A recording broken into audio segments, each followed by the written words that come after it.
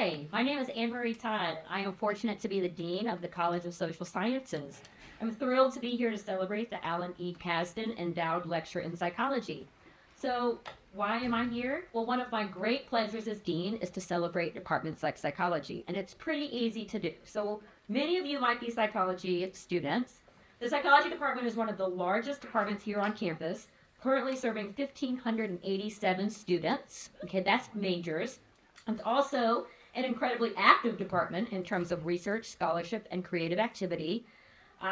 Psychology faculty and students presented 24 presentations at national and international conferences last academic year, published 5 books, published 40 articles, and received $100 million in grant funding to support academic research. Can we just give y'all a round of applause? One of the things that makes the psychology department really distinct is the student research. So many of you know about the annual Spark Conference, which celebrates student research every April. Some of the best food that I've had in these kinds of events, so I strongly recommend that you go. But also, many faculty integrate student research into their classes and also into their own research activities outside of the class. And that's something that makes the psychology department really distinct. A couple of other things that I think we can note is in the last 2 years, 5 new tenure-track faculty have joined their colleagues, and that is, for those of you that don't know, that is very difficult to do.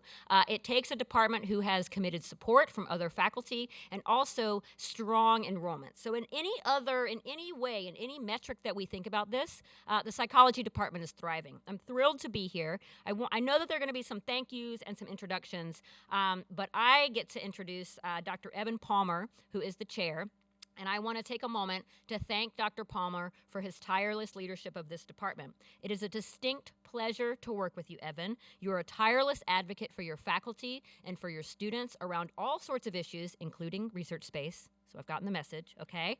But it is just an honor to have the opportunity to be here with you, to listen to this really exciting lecture, and to see why we do what we do here, which is to celebrate students, faculty, and research, and really learn more about, well, today, the science of stress. So thank you so much. I'd like to introduce Evan Palmer.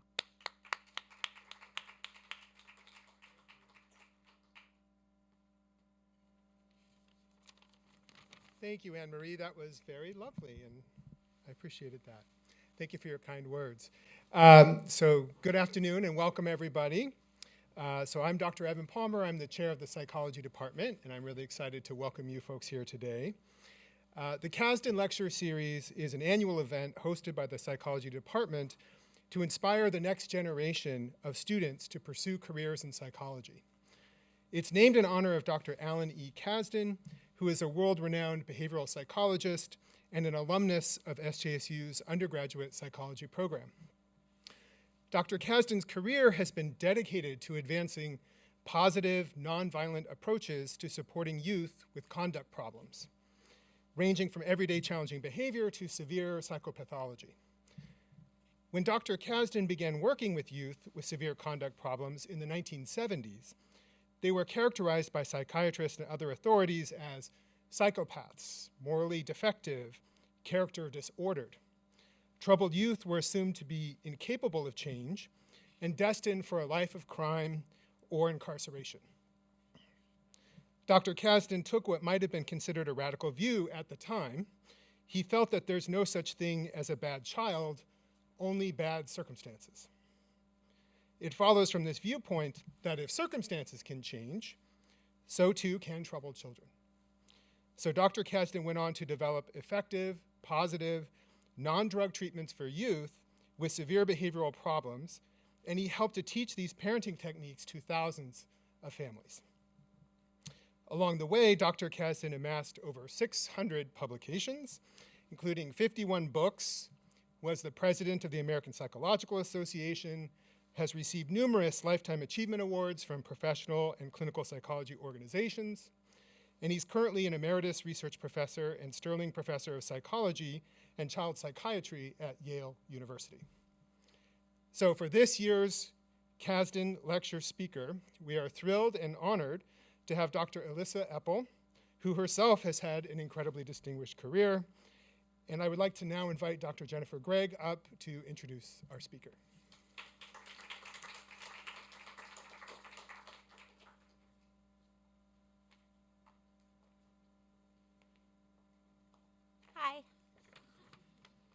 So our speaker just told me that my introduction that I wrote for her is too long. Because I just was adding things to it every time I thought of something else that was amazing about her. And so it ended up being, I think she's probably right, too long. So let me just say, our speaker today is extraordinary. She is the type of researcher that every scientist in the world wants to be. She has impacted the world in ways that very few psychology researchers get to do. It's just, and she's going to tell you all about it, so I won't tell you what she's done. That's super cool, but you will be very excited. She's a professor and vice chair of psychology research, diversity, and health equity in the Department of Psychiatry and Behavioral Sciences at the University of California, San Francisco.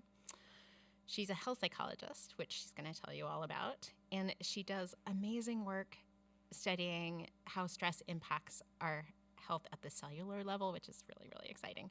So I'm not going to read all this, but I will say she's published over 500 articles.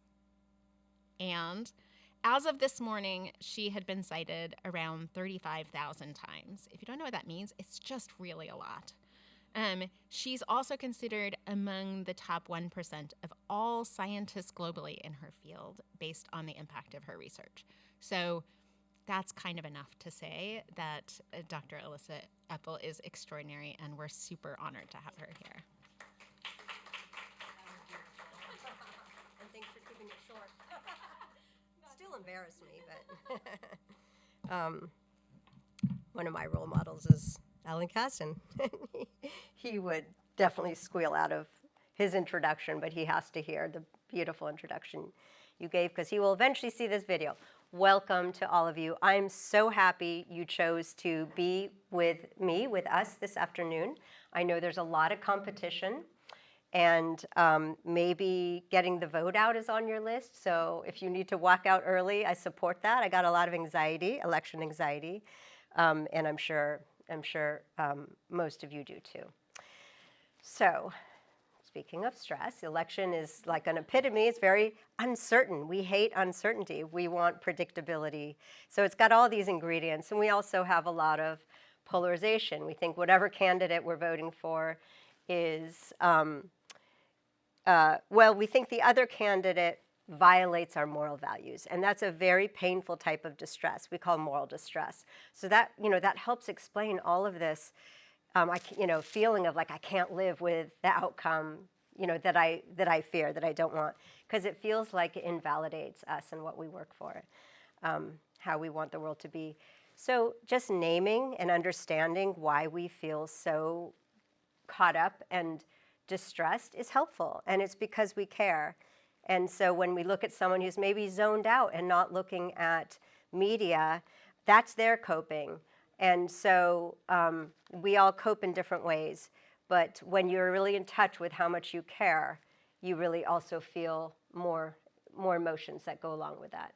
So I just wanted to start with that because I've been talking with people at our university about coping with election stress. Okay, so let me start by.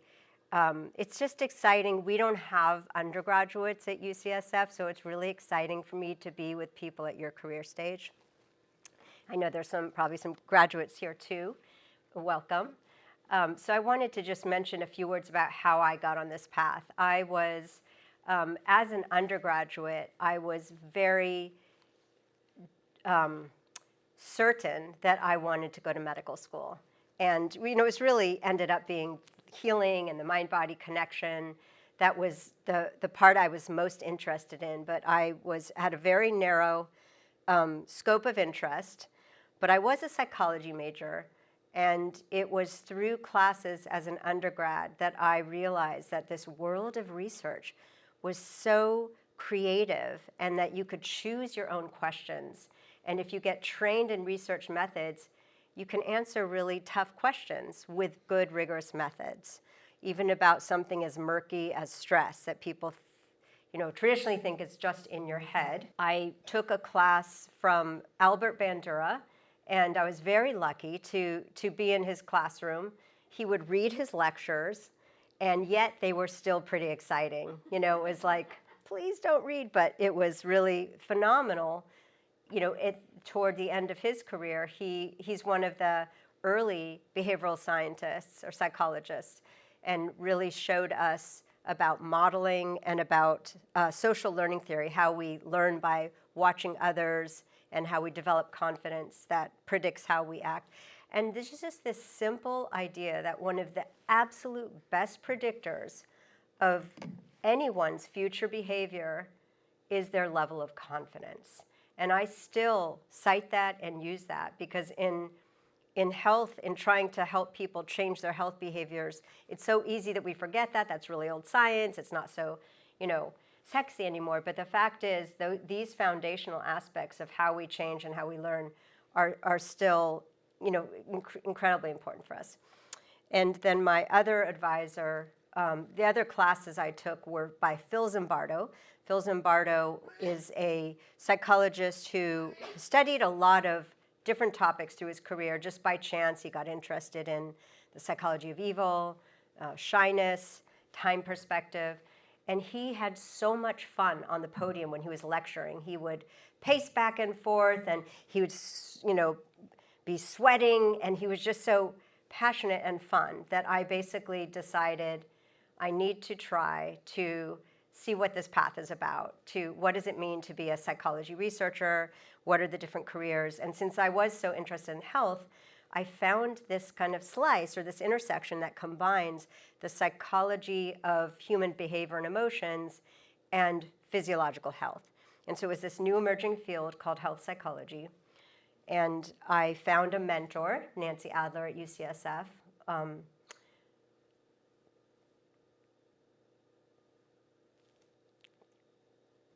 Why am I pausing? So she died this year, and Phil Zimbardo died a few weeks ago. So it's just, I'm so grateful to them, and they built the field for so many years, and I'm carrying it on to you, and kind of hopefully showing you all, you know, this path that exists in healthcare and in public health, that where psychology is just the absolute critical foundation of understanding the social determinants of health, why people change, how people change and why they don't. So Nancy Adler really worked on health disparities, understanding the structural factors in our environment and how those shaped health. And I've always stuck to my lane, which is mind-body connection. So I worked next to her for about 30 years, past 30 years, but really asked questions about how does perceived social status, stress, emotions, coping, how do they affect the body and how do they affect aging? So that's what I want to talk to you about today. We'll tell you about some of the research findings that, you know, they take years and years to establish and replicate. And so this is kind of going to be a quick overview of 20 years of research. But my first stop was graduate school. And I chose Yale because they had a good health psychology program. And this was this, you know, new intersection, and we could actually work in a hospital or work in primary care in behavioral medicine as a health psychologist.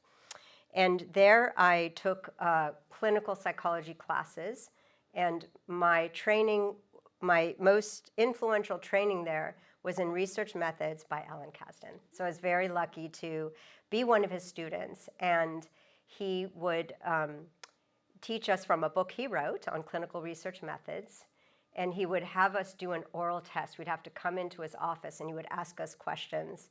And so he was just a very fluid thinker with a lot of humor. He can't stop making jokes even today. Can't get an email from him without laughing. So he was, you know, an example of the most rigorous methods for research, including single case designs. We don't usually think we can show something of value studying one person, but he has a whole book on single case design showing that if different ways of measuring baseline and then change and then take away the intervention, and you have baseline again. And so there's all sorts of designs where we can actually rigorously infer the effects of interventions. So this was the, I think, 7th edition just came out of his research design in clinical psychology. So that's been a guide to many of us. And about maybe 10 years after probably 15 years after leaving graduate school and moving back to UCSF to do a postdoc, we had a child, and I really ignored. I didn't have any idea what Alan was studying. He had a conduct disorder clinic. I didn't set foot in there because it wasn't health psychology, but I found this book, and it was really quite a lifesaver. So Alan really believes in disseminating research to the public. And so even with an undergraduate project, and if you're doing a poster, it's so important to communicate findings to the media, but also to write about your findings as a science writer would. I mean, I have to write my own press releases. UCSF is too busy. They edit them, but it's just so important. That's why we do the research. We want to communicate findings. And we want to reduce the gap between when we discover something and it gets out to the public. And as a rigorous scientist, we'll never be ready and never be sure enough. And so there's this uncomfortable area where you bring the research to the public, even though there's still more to do and there's disclaimers on uncertainty. But that's a really important place to be, even as a student or graduate student. Alan did want me to share with you that when he was an undergraduate here, he hung out in the psychology department a lot. He played a lot of basketball, including, I guess there was some, the faculty played basketball. I don't know if they still do. But he had two professors that really inspired him. And one was a philosophy professor named Lucius Eastman, and one was a psychology professor named Thomas Tutko. So we're also honoring them today. They spent a lot of time with him. And I was also an undergraduate who was hanging out in the psychology department a lot, met graduate students, had informal conversations with professors, things that would never happen if I hadn't shown up. So just being around and hanging around was how I felt part of the field. So I wanted to also mention the lessons from Alan. So when I was in graduate school, which is about 30 years ago, this field of cognitive behavioral therapy was really taking off, and it was a very exciting time. In fact, there was like a purging of all of our supervisors who were only psychoanalytic, and then it became more of a cognitive behavioral psychology training. And we know a lot more now. At that time, the field needed to ask these really rigorous questions about, does this intervention work and for who? How can we optimize it and show that it works? And now, 30 years later, when I saw Alan recently, said, everything I taught you, just forget it, because it's all wrong. Because what we really need to work on, we actually have enough interventions. What we really need to work on is this gap, the treatment gap. There are so many people globally and in the US who have suffering from any type of psychiatric condition, and they don't ever get treatment. And the number is enormous, and there will never be enough clinical psychologists to meet that need. And so the new models of treatment are really exciting and innovative. And so he's been writing about this for probably 10 years now. How can we address the treatment gap? Can we extend effective treatments on a large scale? Now, so to quote him, most people in need of psychological help receive no treatment. They suffer, maybe their whole lives. A drastic change is needed. So there are models where shifting and sharing, where peer educators are actually trained to provide treatments. You do not need 4 years or 5 years of graduate school to be providing many of the psychological treatments that are out there. And there's a beautiful study called the Grandmother's Bench, where grandmothers are trained to support and provide some therapy to people with depression. And that's in other countries, but we actually need it in our country. So also apps, they're never going to cure the mental health epidemic, but they're a helpful way to disseminate treatments. And then to demonstrate Alan's humor, at the end of his most recent comment, he wrote this paper about the treatment gap. Lots of people then published responses. It stirred up the field. And then Alan's last comment to someone who responded was about his own paper. He's hilarious. I just had to read this to you. I do not believe Kazdin adequately conveyed that there's a huge treatment gap. There's no sign or evidence that we're doing very much to have impact on that. The problem is both local and global, worldwide. I wish I could comment on the original Kazdin article. I would not be as kind, gracious, or positive as were Kaufman and Gunstad in their thoughtful piece.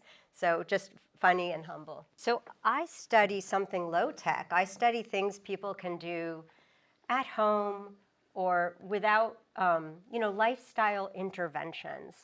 And so one thing that I believe in, and there's actually data on, is the emotional support of pets.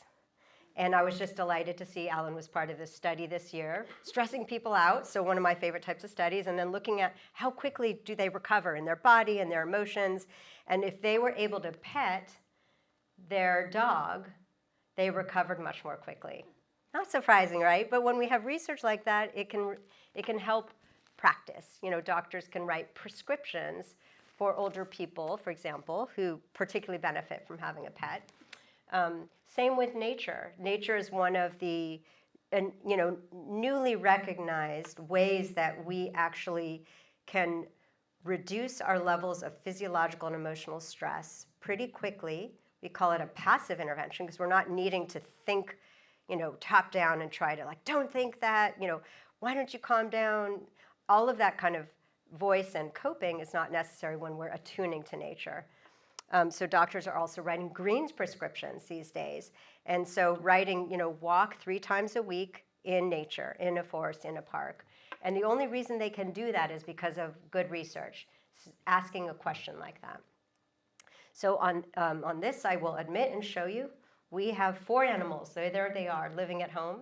And yes, it's a lot of work, but it's absolutely, beneficial, I think, to our whole family for these emotional support animals. One is with the little one is a little dog with ACEs. Does anyone know what ACEs are? Have you had clinical psych? Adverse childhood events. And they really do leave a trace. And he was a little homeless dog. And we just thought he was so cute and he would be a great emotional support dog for my son. And boy, he needs the most emotional support of anyone in the house. But he's slowly changing. And these stress pathways that we have that are shaped often early in life are always malleable. And it's just beautiful to see him changing and to be studying in the field. We work on interventions for people with early trauma who do have an exaggerated stress response that can absolutely be muted and be improved with things like mindfulness and compassion interventions. Okay, so let's get to stress. So where are we at in terms of stress? Is it really going up? Haven't our ancestors always been under high levels of stress? This is something people argue about. But I will tell you, at least based on APA surveys that measure stress every year, stress in America, stress is going up. And the numbers are outrageous at this point. So the majority of the population reports high levels of stress. For women, there's almost always a sex difference where women are feeling more stress or having a higher incidence of depression and anxiety compared to men. So we see that playing out in the stress data, but men are not too far behind. 51% of young men also report stress is overwhelming on most days. So this is really a problem because we know that feeling overwhelmed by stress is not just in your head, it's also in your body, and it's really limiting the ways you're experiencing life, relationships, beauty around us, etc. One of the quotes that really motivates my work, instead of just studying cognitive behavioral therapy and kind of these Western interventions, there is a tremendous amount to learn from traditional interventions, indigenous rituals, arts and expressive therapy, and what we call contemplative contemplative interventions like meditation, yoga. These have huge, long traditions, and it's really fun and exciting that scientists have now studied these in rigorous controlled trials. And so we have found, for example, that when we look at the blood in different ways, but one of the really common ways is gene expression. What proteins are our genes actually creating? We can measure one of the major pathways of stress, which is inflammation, and we can determine how much someone has systemic inflammation, meaning their blood is just full of high levels of inflammation all the time. It's in their whole body because it's in the blood. And so this is one of the main ways that we both, that we age. So with aging, we tend to develop this inflammation, but also with chronic stress. So chronic stress, in a sense, can accelerate biological aging. And we don't have a drug for inflammation. We have drugs that can reduce it acutely, but we can't be on, there's no anti-aging pill that just reduces our inflammation as we age. There are some drugs with very bad side effects. So it's not that there's nothing, but there's no healthy solution, except one of the very few interventions that we know of are these contemplative interventions, these we call them MBIs, mind-body interventions. That's the whole range. Meditation, yoga, movement like Qigong and Tai Chi. So many studies now and reviews have shown that when we look at gene expression, people who do, say, an 8-week course have a reduction in their gene expression. One of the master controllers in our cells is called NF-kappa B. And so that just comes out in study after study as shutting down inflammation when we do these calming practices. Okay, so I wanted to tell you kind of what disciplines, how I ended up where I am. So I started off with this narrow area of health psychology. You want to be an expert in one discipline, and then you can really have fun and play in the sandbox with other scientists from other disciplines. But you need to develop deep expertise in one area. You can't be a dabbler and become interdisciplinary right away when you're in school, when you're choosing a side project or in graduate school. And so then the field has kind of morphed into more of a, and then there's behavioral medicine, which is like the practice of health psychology, like training people, clinicians, how to administer health psychology interventions, like the contemplative interventions, relaxation, breathing, and the different therapies. And so, a beautiful model, they have it in the VA. It turns out the VA system is way ahead of other medical systems. They have a beautiful infrastructure for helping people with different psychological interventions right there rooted in the medical clinic. So when I did my internship at the Palo Alto VA, I sat in a primary care clinic and I worked with the doctors and I got to see patients with different problems, helped them with anxiety, coping with their medical disorders, or if it was hypertension, we would try to train them in breathing or meditation, as well as other lifestyle aspects. So I really went into graduate school with one question, and I'm still asking the question.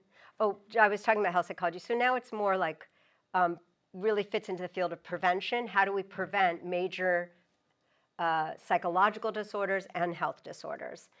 And it also fits into this area of population health, not just working on individuals. That's really where our field started, is at the individual level. And now what can we know and understand about human individual psychology and social psychology to affect population health?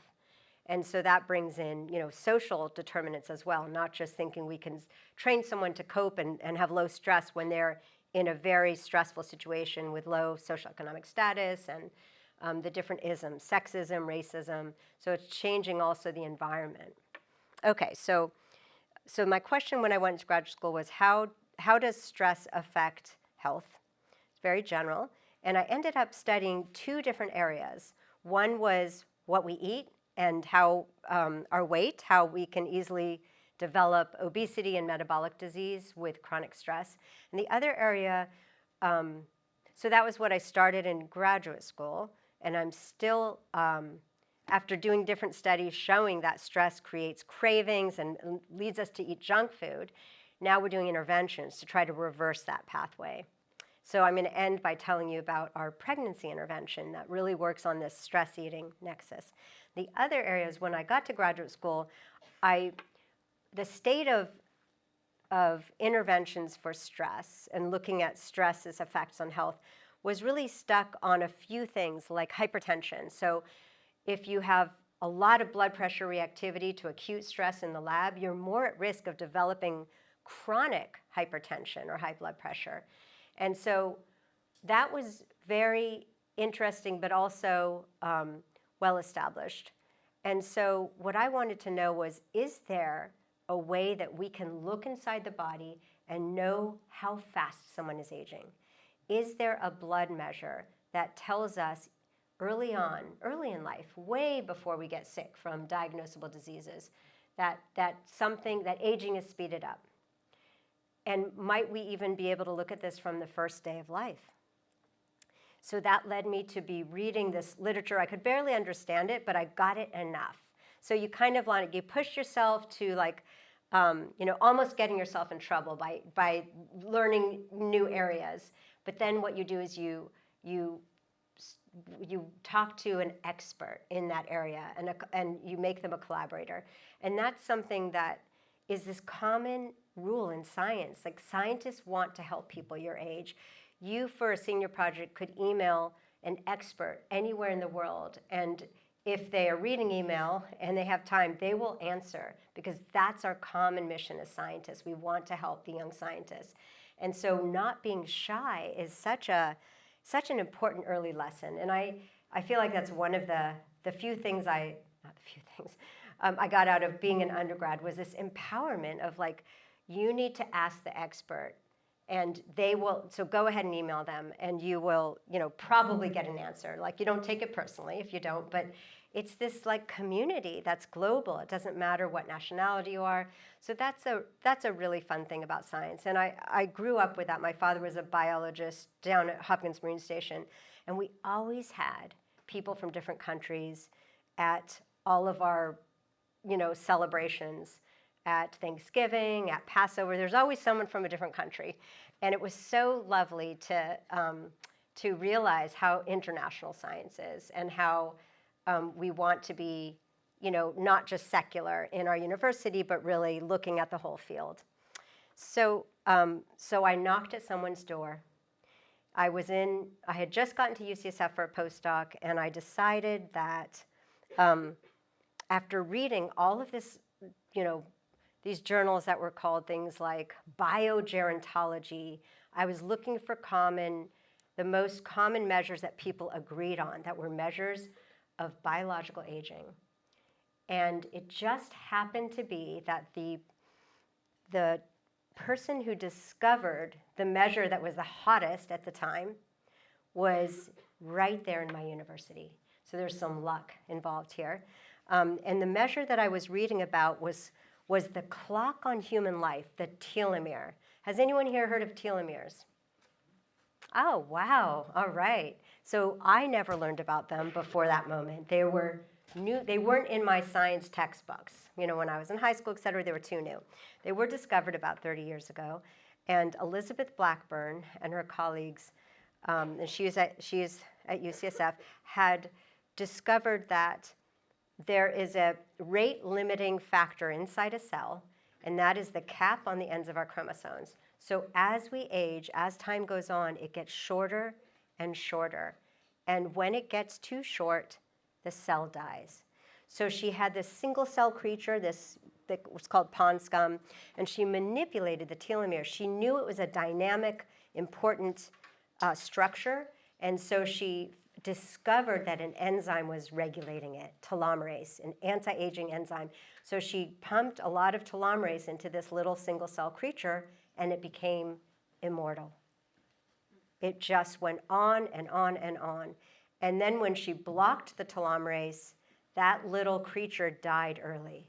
And so she found one of the clocks of aging. What we call this is a measure of replicative senescence, meaning our cells can replicate on and on if we keep our telomeres long because of telomerase. And if the telomere shortens too early, we go into senescence. Senescence is an age state, and old cells that become senescent become pro-inflammatory. And systemic inflammation is the royal pathway to early aging. So this was a very important clock, one of many. Nowadays, we measure lots of measures of aging in the cell, but this was almost 20 years ago, and so I knocked at her door. At that point, it was really email, no reply, email again, no reply. Gosh, how persistent am I going to be? So I went to Nancy Adler and said, I really want to do this pilot study. We're studying these chronically stressed caregivers, and I almost had a grant, and then I didn't get it. And she said, what if you had this tiny amount from the MacArthur Foundation? Would it help? And I said, yes. Of course, the answer is always yes. Anything will help you get a foot in the door and get started. There's always ways to start a small pilot. And so I emailed again, Liz, and I said, I have some pilot funds. And the door opened, and we started studies. And so what was this first study? What did we find? We looked at chronically stressed caregivers and controls, meaning low-stress moms. The chronically stressed moms had children with different conditions, diabetes, autism, a whole range of medical conditions. And we looked at feelings of stress as well as the years of caregiving. So we had this psychological measure, how stressed they felt, and then a objective exposure measure, how many years have they been caregiving? Has their child been diagnosed? Has it been 1 year? Has it been 8 years? And so even controlling for age, what we found was that the more years of caregiving, the shorter the telomeres. And then we also found the more perception of stress, the shorter the telomeres. And we had some other measures. Same with telomerase, stress responsive, just like that. And then we also found oxidative stress. That's one biological measure of stress, the free radical stress. The longer they've been caregiving, the more oxidative stress. The more stress they felt. So the caregivers, anyway, this was a small pilot study, but it came out beautifully. And we published it, and some people said at that time, I don't believe it. Did you have an independent statistician do it? I'm like, what? I learned statistics in grad school for a reason. Why would they want someone else to do that? So the field has really changed. And so if you're doing something, especially if it's a large trial, you do have someone else independent analyze your data. But at this point with projects, that's like one of the funnest things to do is analyze your own data. Okay, so then about 10 years into studying chronic stress and experiencing chronic stress, just a high stress person, that's why it's always interesting to me. I would be a lot worse off if I didn't know so much and try so many things.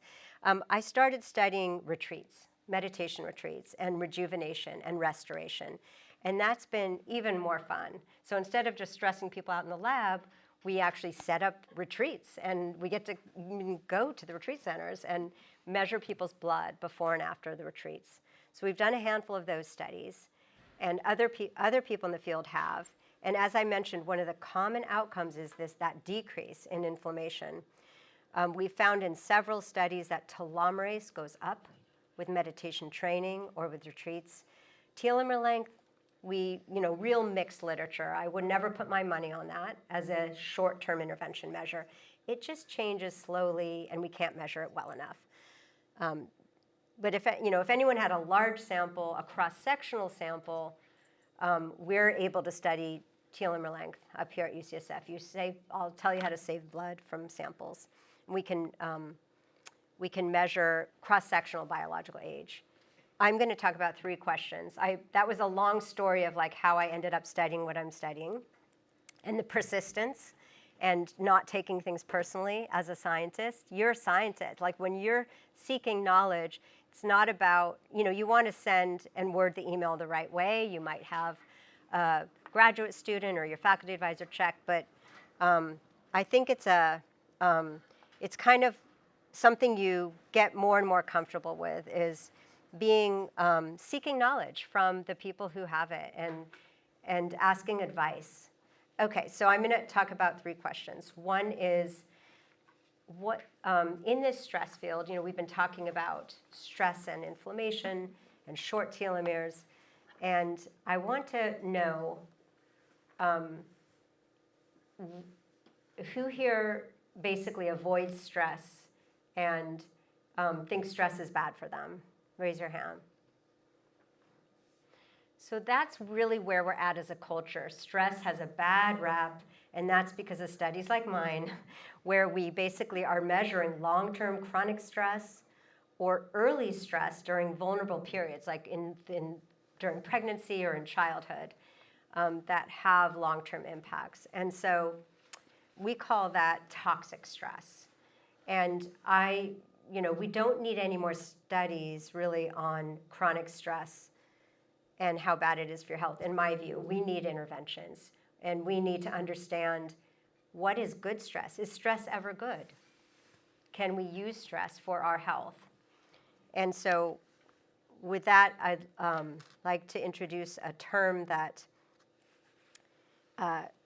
is called hormetic stress. And hormetic stress is just the right dose of manageable stress. And it's short-term and it's repeated. And that's a completely different story. In fact, all of the basic science on hormetic stressors shows that it creates younger and immortal cells, long-lived worms, flies, mice. So there's something that we can do, we just don't know exactly what, which creates that type of short, repeated, manageable stress that should be good for our cells and should be anti-aging. Okay, great. Okay, so question 1 is, what is good stress versus bad stress, or we might say adaptive versus maladaptive. And we have already, and then we're going to talk about relaxation, and then I'm going to tell you about our mindfulness study trying to reverse stress eating. So we've already talked about how chronic stress affects the hallmarks of aging. Inflammation, shorter telomeres. I've also shown here 2 of my favorite measures we can also measure in the blood. Mitochondria, the battery that's in our cell, as well as epigenetics. Now, we can never change our genes, but we can change how they're expressed based on the epigenetics, like the gates that turn genes on and off, or turn their ability to create proteins on and off. So all 4 of these measures have already been linked to chronic stress or early traumatic stress. So we know that toxic stress can accelerate biological aging. Those are telomeres at the ends of the chromosomes. But, and so we're in the aging field, we also know that diseases are very hard to cure once you get them. But what's a lot easier is realizing that the common cause of almost all diseases of aging is biological aging. And so what if we were able to slow biological aging? We would slow all of these diseases. So you can see that we're compressing morbidity and we're increasing health span. And the goal is not to live as long as you can, but to live well as long as you can. So we call that health span. And so as we've just seen, the chronic stress can accelerate aging. But what's so interesting, is that controllable hormetic stress can actually slow aging. And so I'm going to show you some studies we've been doing trying to create this hormetic stress. But first, instead of just looking at how stressed people are or how they respond to stress in the lab, I want to point out that the field is now really asking second generation, more sophisticated questions. How quickly do we recover from stress? And what is our baseline? How much stress are we carrying even though nothing stressful is happening? So if you just look at your body right now, check in. How much tension are you carrying in your shoulders, in your jaw, in your eyebrows? It's very easy to not notice that we're carrying stress when nothing is happening. And actually, it's an opportunity for our body to relax. And so is our body trained to relax when we're sitting here passively receiving information, but we're safe, we're socially safe? And what we think in the stress field is probably not. Our body's actually much more evolutionarily adapted to hold on to stress, to hold on to the possibility that we might need to be vigilant and we might need to react soon. So anything could happen. So we think that's kind of the default mode now, that we're so bombarded by information through screens and a social environment that makes us feel unsafe, that we think our baselines are high. So we're really interested in baseline. We think social safety is important. We must feel safe to relax. And so this is a review paper we wrote last year that really suggests, reviews a lot of studies. And we asked the question of why is it that all of these different contemplative interventions seem to work? When we compare them, we want a winner. We want to put our bet on our favorite horse. Maybe it's meditation, maybe it's yoga, maybe it's some other tradition, and we want a winner. And there's almost never a winner because they all have the same common ingredients. We engage in them, we change our breathing, particularly, it might be a high and low arousal intervention like yoga can be, but in general, our breathing tends to be slower, our heart rate tends to be slower, and so a common ingredient is safety, social safety. We can't enter contemplative practices if we don't feel safe. We won't be there with our attention, our body won't relax. So this is a simple graphic from a book I wrote, taking after Alan, trying to disseminate information as soon as we think we have enough. This book is called The Stress Prescription. And I wrote it during the pandemic, and it's ridiculous title, Stress Prescription, 7 Days to Joy and Ease. I fought for, as a scientist, that didn't seem quite scientific, but publishers win, and you want people to open it. So it has helped a lot of people. And basically, in this book, it basically reviews some of these at-home, everyday lifestyle activities. Here's the science, because a lot of people are convinced by science, not by what they read in magazines. And try it now for 5 minutes. So nature is one of them, slow breathing is one, and then there's some cognitive strategies, like how do we let go of control? Because so many of the stressors we don't have control over. I will say for the election, we do have some control that we could exercise, make sure people get out the vote. Sorry.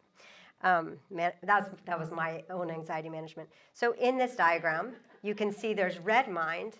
That's acute stress. We all know what that feels like. And it's not actually bad for us. We would die without that acute stress response. It helps us get through a day and adjust to demands. It's just when it's chronic that it becomes a problem. Yellow mind is that baseline state when we are holding on to threat. Green mind is true relaxation. And blue mind is deep rest. And you don't have to raise your hand, but think about the very last time you had a deep rest state. We are awake, right? Lying down, or maybe it's Shavasana, maybe it's being in nature, but when was the last time you had a deep rest state, when you didn't put any demands on yourself and you felt safe? This is very rare in our daily life. And we basically suggest in this paper that there's a lot of research that points to that that this deep rest state can help us optimize our cellular aging. So we don't want to be in survival mode, acute stress, or that yellow mind state of preparing mode, worrying, holding on to vigilance and worrying about what will happen, but we need these periods of really letting go. It's been fun to lead retreats with meditation leaders or yoga leaders and explain the biology that we know and then lead people through like yoga nidra. There's a free app called Insight Timer. The most commonly searched meditation is called yoga nidra. Lie flat, let it guide you. It's not rocket science, but it is what works for insomnia for a lot of people and anxiety, and it's something we need to give ourselves, that our bodies need. So in this model of deep rest, I had the help of UCSF magazine to make this diagram. But you can see the rested cell has longer mitochondria and less oxidative stress, those yellow stars, and longer telomeres. So these are what we can expect more cellular restoration if we do a yoga class several times a week or whatever it is that lets us have some deep rest. I talked about safety. Let's see. Okay. So one of the obstacles to social safety is, of course, feeling under threat, even unconscious threat, feeling fear and anxiety, feeling isolated.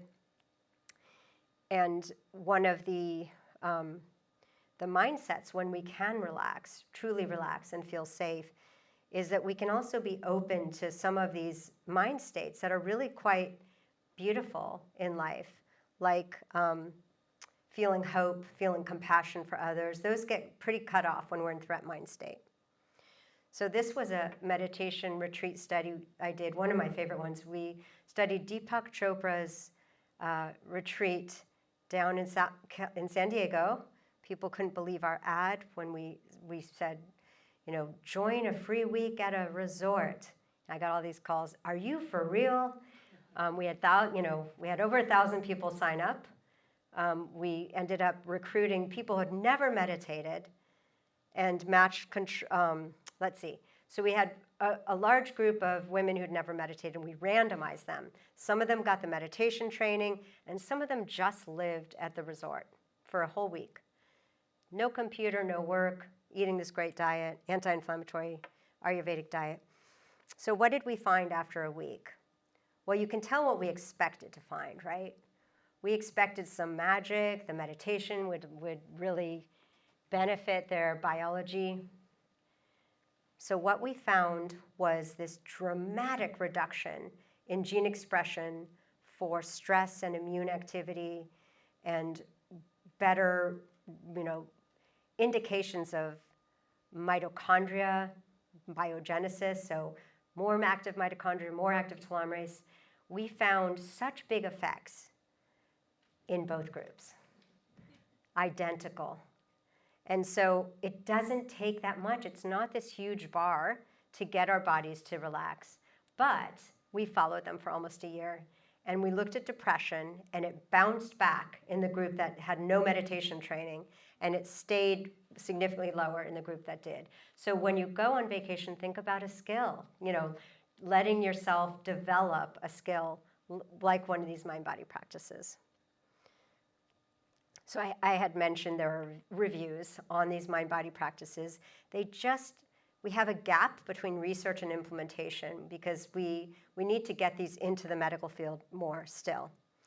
There are a set of research questions that I love and would love to engage with any other researchers on about this idea that deep rest states are going to help us understand health, the not just the stress aging question, but really understanding how do interventions promote deep rest. So a basic assumption here is there is a biological signature of social safety. And I'm really curious about that. And we don't know if that's true or not. And partly we don't know because we don't even have any measures of social safety. No one has made a measure. I want a self-report measure. So if anyone's going to make one, send it to me. Test it first, because we need it in our studies. We need to understand what that means, particularly for people with intersectional identities who we know have more socially embedded stressors, more discrimination aimed at them. Okay, so so I had mentioned there's toxic stress, and then there's this short-term stress that we call hormetic stress. And the idea that converging from the literature in my review is simply that if we don't engage in life and we stay safe and we have anxiety and we stay at home, we don't actually push ourselves to challenge ourselves, we're going to age faster. And if we overdo it and we have chronic stressors and we can't get out of them and we can't take breaks, we're going to age faster. So it's this sweet spot we want in the middle. And my colleague, Dave Almeida from Penn State, studies daily stress. And he's found a lot of evidence for this. People who report no challenges in their day after day, no stressors today, they have accelerated brain aging. based on cognitive tests. It looks like they are aging faster, not slower. So we think of these little daily stressors as hormetic stress. These short-term challenges that we expose ourselves to, or sometimes they expose us to them. You know, we don't always control our daily stressors, but it's like exercise for the nervous system when it's manageable. What else are types of daily hormetic stress? Stressors to the body, not just psychological stress, cold, hot, exercise, HIIT. We really wanted to study this type of kind of rapid breathing and breath holding. Has anyone heard of Wim Hof? He's called the Iceman. Some of you have. So we were taken with his hormetic stress protocol. I called it that. He didn't call it that. But it was basically doing some hyperventilation, some breath holding. It was very similar to some yogic breathing. And then also cold showers. So we tested that. High arousal interventions, exercise, the 7-minute workout. That's a fabulous app. There's lots of apps for that. We used the Johnson & Johnson high-intensity interval training. It's just 7 minutes. We had people do it twice. Compared that to the Wim Hof breathing.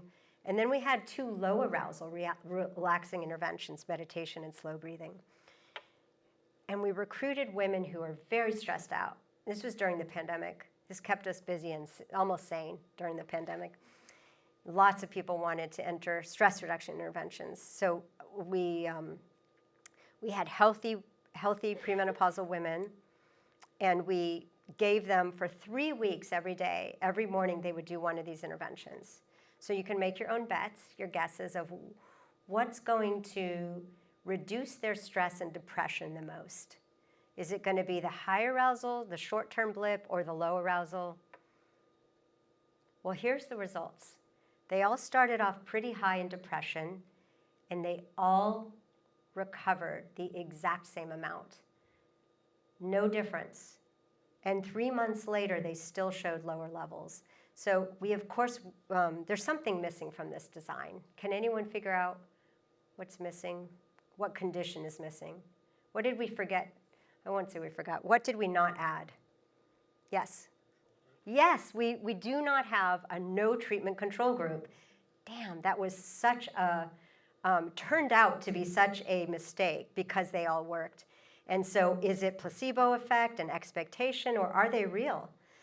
So we did a second. So I can't answer that, but I will say we did measure expectations. How much do you think this is going to benefit you? That was the same. We controlled for that. So these all look effective, and that's good news for people, because whether there's some placebo in it or not, you can choose what you like the best out of these 4. I will tell you that our participants there was one favorite here, and that's slow breathing. They're like, can I keep doing it? And that was supposed to be our control condition. We thought, slow breathing, 8 breaths per minute, that's not going to do much. And that actually did just as much as exercise. So what about positive affect? This was the one difference we found, is that the hormetic stress went up every day a bit higher in that Wim Hof method with the breathing and the cold. And exercise showed this, but just not as significantly. So we did this again, and we just compared the slow breathing to the Wim Hof method. And this time we took women who were pretty high on depression. And this is just going to be out soon. This is a proof, so we got an early copy of it. And here's what we found. Depression was high. It reduced the exact same amount, and the effect was maintained. So we could either cry at this point and say, you know, we have no winners, or we could say, this is like the best news, and you can, you know, do the hormetic stress, or you can do the slow breathing, and they both have a pretty dramatic effect. And in fact, well, we can dig deeper, because of course in these studies, when you put a lot into one of these clinical trials, you want several hidden hypotheses. You want a sub-study within your study.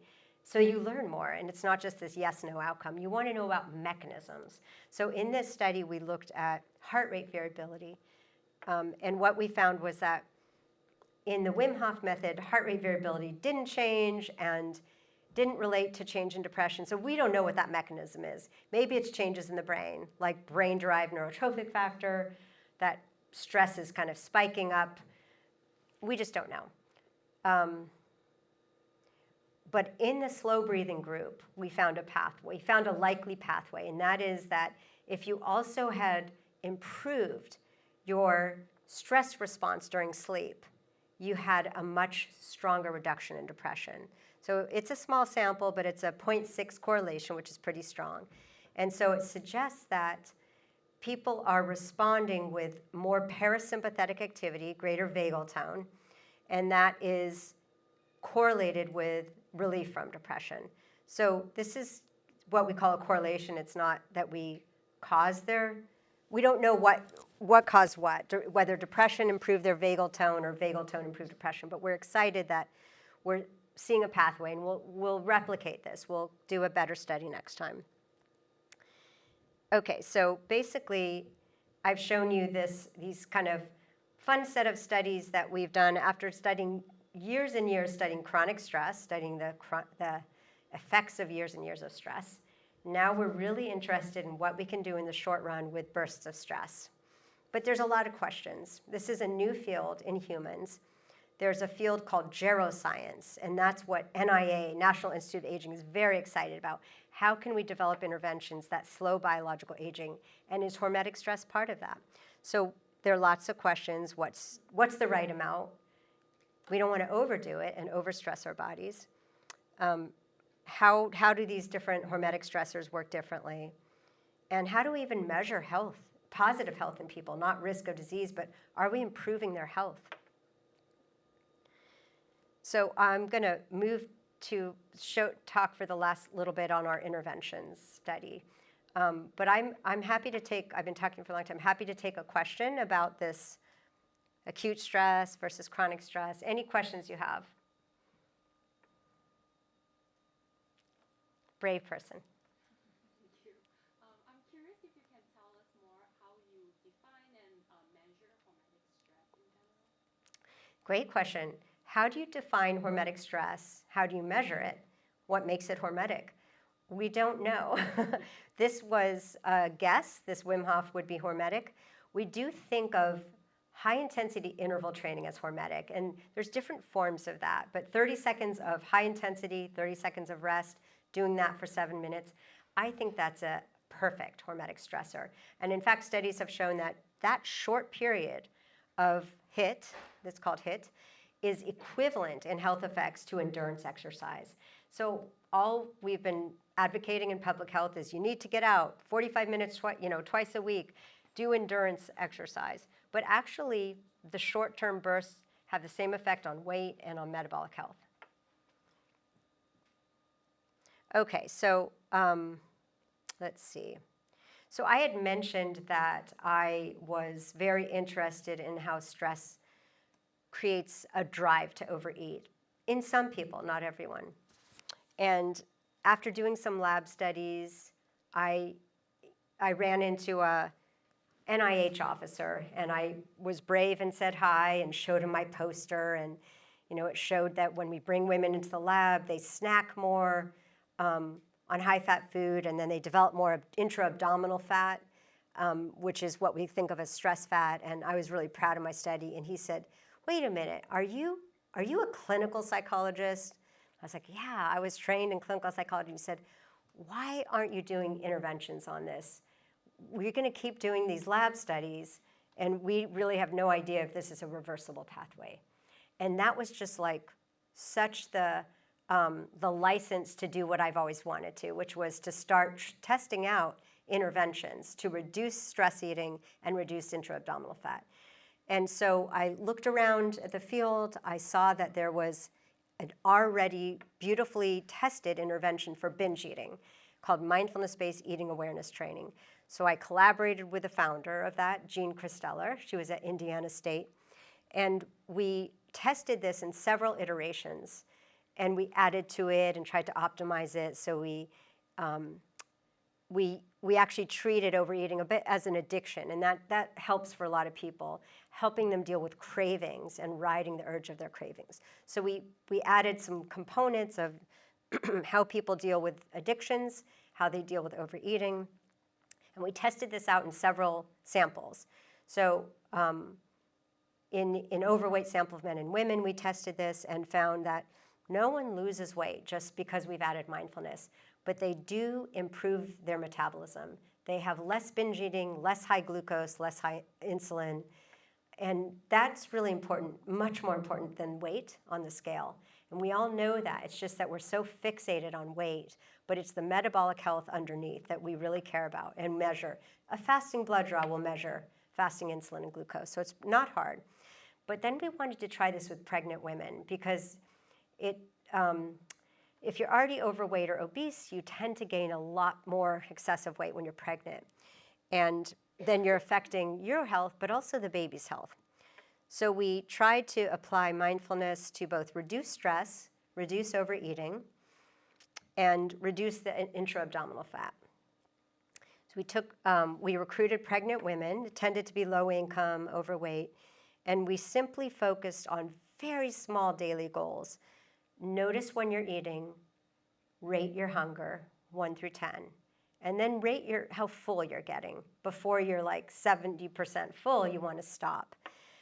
We also had them move, mindful movement. So it's not just movement, but it's like absorbing their attention. So it's a meditation in a way. And then we also had them slow their breathing. We taught them to recognize the healthy rainbow so that they're getting all the nutrients, not the fake rainbow, which, boy, those donuts look good with those colors. And what we found were some phenomenal findings that have left us today wanting to study this in a bigger way with a correct control group, and also really just start disseminating it, because we already know from other studies that mindfulness reduces stress in the general population, but also in pregnant women. So we found that their metabolic health was better, less glucose and insulin during this test that you take when you're pregnant. You drink this horrible syrupy drink, and you measure your metabolism to make sure you're not getting diabetes. So they were better off metabolically. Their depression was down 8 weeks later. And then my collaborator followed the babies. That was her postdoc project, and it became her, part of her career. 8 years later, she followed them. Just, last year was the last time she measured their depression.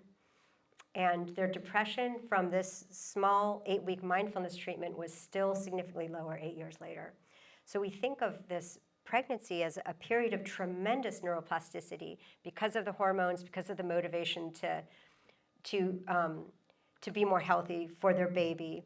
We find there's long-lasting effects of change. The infants were less stress reactive, and they had less illness. So thanks to my colleague, Nikki Bush, we've learned a lot more that has motivated us. We're like, we got to keep doing this. So we'll see what the NIH says. We put in a grant. So in conclusion, I've shown you that stress is not all bad, that there really is good and bad stress, and that we want to pursue good stress in a healthy, manageable way. And we don't know how to define hormetic stress quite yet. But you got to just trust your body and listen to it and go to your edge and not further. It's not like these long doses of stress that we want. We know that deep rest practices, meditation retreats, yoga interventions, any mindfulness-based interventions reduce inflammation. And we want to understand that better and understand what is the psychology of calm, ease, and what we're calling social safety. And that when we do programs for pregnant women, we're really affecting health for 2 generations. So this is that stress reduction book that I mentioned. That was this fun book. I was pulling on everyone's research. Some of it was mine, but really this is what can we learn and curate from the field from more than 50 years of stress research. And then I was so delighted to come full circle to see that just this year, Alan Kazdin published a paper, and he's constantly viewing the field from the big picture. What do we need next? We need to move to different treatment models, innovative models, reach the underserved, the people with health inequities who are not getting any treatment for high burden of mental health or mental disorders. And so now this paper, to my delight, was we also need to look at everyday interventions, lifestyle interventions. And I'll just box the part that says physical activity, contact with nature, and yoga are examples to illustrate that everyday interventions, that there's evidence attesting to the impact on mental health and symptoms of psychopathology. So I was really happy, and now I'm not embarrassed to send him my book on stress reduction. I wanted to just end with what I'm doing now, which is instead of really focusing on these health outcomes that we know result from stress reduction, just working on youth mental health. And this is something I'd be happy to collaborate with any faculty at San Jose State on. We've brought to our 10 UC campuses a class called Personal and Community Resilience to the Changing Climate. And we know that we know that you guys hold the burden of climate change. And we need to think about how we can live our best lives through this and how we can change this and bend the curve. And so this class is on the emotional resilience skills we need for coping with the bad news. Dosing and titrating the news is one thing, but actually having a more realistic view of what's happening and all of the change that's happening as well, all of the positive things that we can be part of. So we evaluated this with surveys, and we sent it to Lancet Planetary Health today, so I'm hoping they'll like it. But it basically shows that just in one quarter that students have felt collective efficacy. From Bandura, we measured self-efficacy for their ability to make a difference in their local environment, which is really the model that local is global. We need to change things in our own communities. So that's something I'm most excited about, applying the science of mindfulness and contemplative science to mental health for our young adults. And then we have a website that you can look at if you're interested in measuring stress and adding it to any study. We have a stress network that has a toolbox of measures. We've also just launched a podcast, and we're just hoping to reach young people like you to show you these questions are alive, and we need you to answer them. There's all sorts of stress science that is low-hanging fruit these days, particularly with the measurement methods we have with iPhones, et cetera. So here's our toolbox, and here's a book I wrote with Liz Blackburn, The Telomere Effect, and then my little handbook, The Stress Prescription. You guys have been so patient. I'd love to take questions now. Thank you.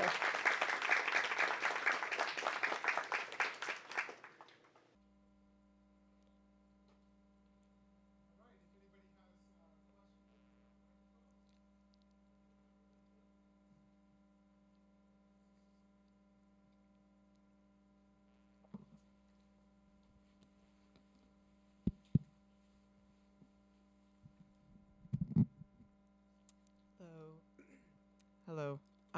So my question is more on the cultural side. Do you think that, or like what steps can we as like a younger generation take to kind of shift the culture to prioritize this in a culture that's just constantly moving forward, taking very little, stock of what is around us and just always pushing forward when there's data and science that shows that taking a step back can actually help the longevity and overall help the increase of whatever progress we're making. How can we look at that and also move forward as younger people? Yeah, I'm so glad you asked me that. And it's a question we're all asking. So I don't have a quick answer. There are no quick answers. We are all living in this matrix of a distorted, over-capitalist culture where time is a commodity, so already we're rushing, and rushing is toxic. It's the most common form of stress, and it makes us not connect with each other, not see the big picture, focus on more, things look more like a threat. We're more competitive than collaborative. So there's all sorts of effects of living in the matrix, in a sense. And one of the things that we're trying to do across these UCs is students get turned on to this idea that you just expressed, that there's actually a better way to live, and we don't have to give in and be part of this chronic stress movement. And then the class ends. And they're left at this, university feeling alone again and not having a community that also shares that value. And so we're starting a mindfulness leaders ambassador club for social change. We need a shorter title. We haven't figured that out yet, but the idea is that what if you actually had a partner or people to practice one of these MBIs with, and even if it's 1 or 2 times a week, that's a big deal. That's a big change, and that's a start. And we also want in these clubs, we want students to be choosing a passion project, just like they are in class, that they can do. It might be teaching local high school students about climate anxiety. We have these climate cafes. I welcome any comments from the WISE faculty here. I feel like you've chose a question that we could be working on. We need to work on together, and no one person can really change the culture. But the high school students are really suffocating, and you were probably too, with the competitiveness and the stress of getting into college, et cetera. And so I think it's groups of people coming to administration and talking about changing, lifting off that kind of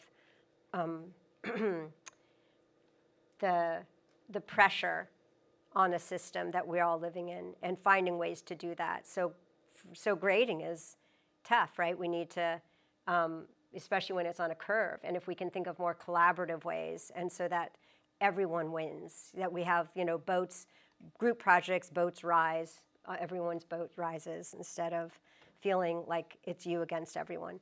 So the academic culture is really tough, and one of the things that we've dreamed about is retraining the workforce of professors, because what we have found is that we've asked professors to lead, starting in the class with a mindfulness meditation, just a grounding, like let's all breathe more slowly, and let's start off that way. And it can change a lot of things. You're going to go from here to something else, and so your body's like in a vigilant mode, what we call like high sympathetic to parasympathetic.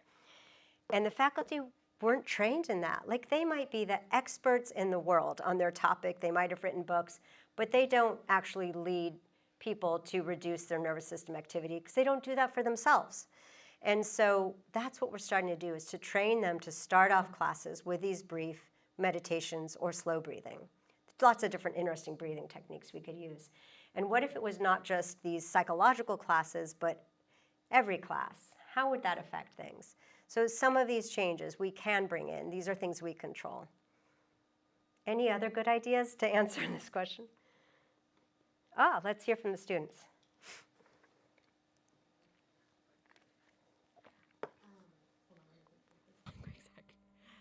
So some of what you're talking about sounds like oddly familiar to Ayurvedic and like yoga practices, something like Yoga Nidra. I'm wondering if you have a background in that, and if that like influenced some of the work that you do. And then ironically, as a college student, is probably the most stressed out I've ever been. Yeah. But it's like sometimes I feel like as a student I'm going against the grain of like some of these other practices that I've found super helpful. And I mean, I can even recall times where, I've heard MBIs, they're like, oh, it doesn't work, like it's not valid, and things like that from professors. So it's confusing as a psychology major going into this field when it's so different from what I'm learning to like the research. Yeah. Does that make sense? Sorry. Absolutely. That's such a great question. Thank you. Even at this medical school, I'm at one of the best medical schools in the world. And we have researchers, a lot of researchers like me that know better, and yet we don't, as a culture, we don't practice these, and we don't bring them to the clinics. So it is about culture change. But to answer your easier question about, do I have a yoga background? So it's always a, I just want to start off by saying these do work. Like, researchers will never reach full consensus. This intervention reduces this type of inflammation. There's always nuances, and there's reviews and reviews. And I would just say we do know that you need to find what you like. So it might be yoga, it might be something else, it might be something hermetic, it might be like a martial arts, but you need to find something. And then you need to have confidence that you deserve this and your body needs this. And that time out for that will really pay off in the end for your sleep, for your anxiety. And finding people to go with, finding a partner is really helpful. So for me, it's been yoga more than meditation. I love retreats, meditation retreats. They often have student rates. So it's really a wonderful thing, like Spirit Rock and Marin has great student rates. It's a wonderful thing to try. It's an amazing luxury in life to be taken care of and to be trained in meditation. But for me, it was yoga. And then when I turned 50, I had always joked, like, my other life instead of a professor was a yoga teacher. Like, it looked really good, and I wanted that knowledge and that background and that lifestyle. So I basically said, screw it, I'm turning 50, and I'm going to take off 3 weeks, and I'm going to go learn how to be a yoga teacher. And I did that, and it was like some of the best weeks of my life. And no, I don't teach because my day job's too big, but I have that knowledge in my body, in my mind. Like, the back end of yoga is phenomenal. There's 8 pillars, there's 8 limbs of yoga, and the movement that we get in classes is just one. So there's this whole beautiful philosophy about how we live, how we eat, how we treat people, that doesn't map so much, so clearly onto Western psychology, but there certainly is a lot of overlap, which is also nice for us who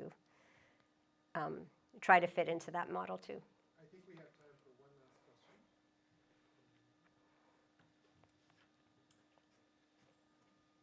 Sorry, I'm making you walk miles.